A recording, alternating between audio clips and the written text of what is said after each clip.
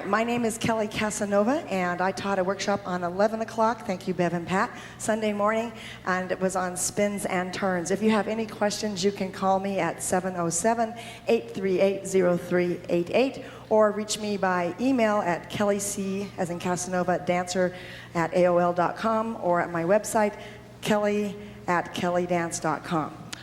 Also, I have an instructional video just on spins and turns if you want more information.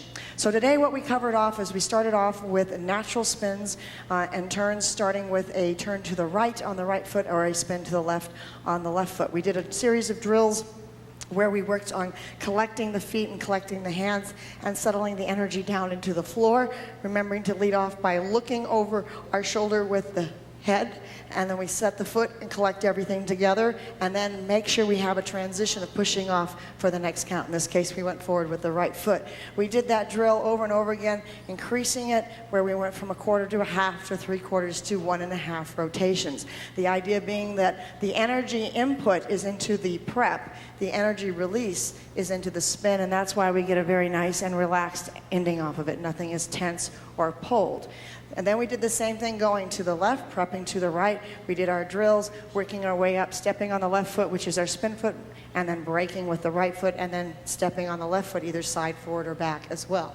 And then we did a series of reverse spins and turns drills, where if we step forward on the right foot and prep to the right, we would then turn to the left, collecting the left foot, make your weight change, and move yourself where you want to go. Same thing going back with the left foot, prepping this time to the left, so that we're going to turn to the right on the left foot, softening the knees, bringing everything together, make your weight change, and push yourself where you want to go. Always starting with a quarter turn, moving up to a half, and then a 3/4, and so forth. I reminded everybody to think of the room as a clock. Facing straight ahead is 12, and so you're trying to do it in increments of an hour or so that you don't bite off more than you can chew. It's always important to secure the landing on the turn. And then what we did is we did a series of cross turns and spins, where standing on the supporting leg, we took one, in this case the right foot, and crossed it over in front of the left foot. And we talked about the placement of the foot being important as to the amount of rotations. If I put my right heel next to my left toe, then my thighs will lock up at a 3/4 point. I have an option of shifting to the left or right foot, so I can have either foot free here. If I want to do more than that, I would take the feet and make them parallel. Then I can do a full rotation before my thighs lock up. And if I wanted to go even farther than that, I would take that right foot and place it as far behind my left foot as I could, and then I would go around, shifting the weight at the final end on the right foot for a little bit of a reverse spin to end up with 1.5 rotations. We also talked about cheating on a rotation. Let's say I can only do a half a turn, but I need to get all the way around. So I step out on my right foot, and I run out of steam right here. Push the left foot slightly forward, using the hips and the torso. I shift the weight onto the left foot and into the left heel, and then I have my full rotation. So it has a seamless look. Even though I'm only doing a half a spin, it looks like a full rotation. Then what we did is we put these things into patterns, a whip with an outside double turn for followers, and a whip with a leader's turn as well for the followers. I'll do it in profile this way. We had our whip going 1, 2, triple, 3, 4. We hit the 5, do a 3/4 rotation, reverse spin on the left foot to hit the 6. And if we're just spinning, we go through the whole thing. And if we can't go all the way around 1.5, we push that left foot forward and cheat that last piece, collect ourselves, and go forward.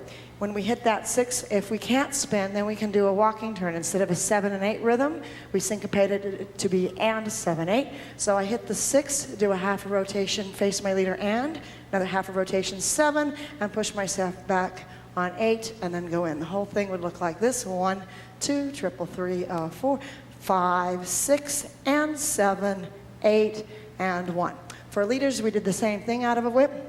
Guys, you did 1, 2, triple, 3, 4, hit your 5, collect the feet. If you only want to do a 3/4 rotation, you hit your 6, spin on the 7, collect everything, take your hand for 8, settle in the hip, and off you go. If you wanted to do more than that, you do 1, catch 2, triple, 3, 4, here's your 5, collect on the and, take your 6, spin on your 6, and then do a rotation, and 7, 8, and 7, 8, come out, 1. And those are the patterns that we did. Again, thank you very much for coming to Swingtime in the Rockies, and thanks to all you guys behind the scenes for helping out.